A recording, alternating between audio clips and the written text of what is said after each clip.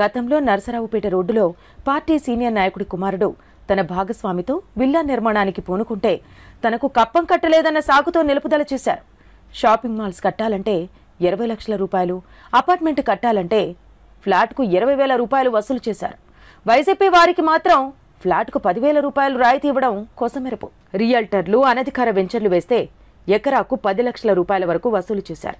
ఇది విడుదల రజనీ మార్కు దోపిడీ.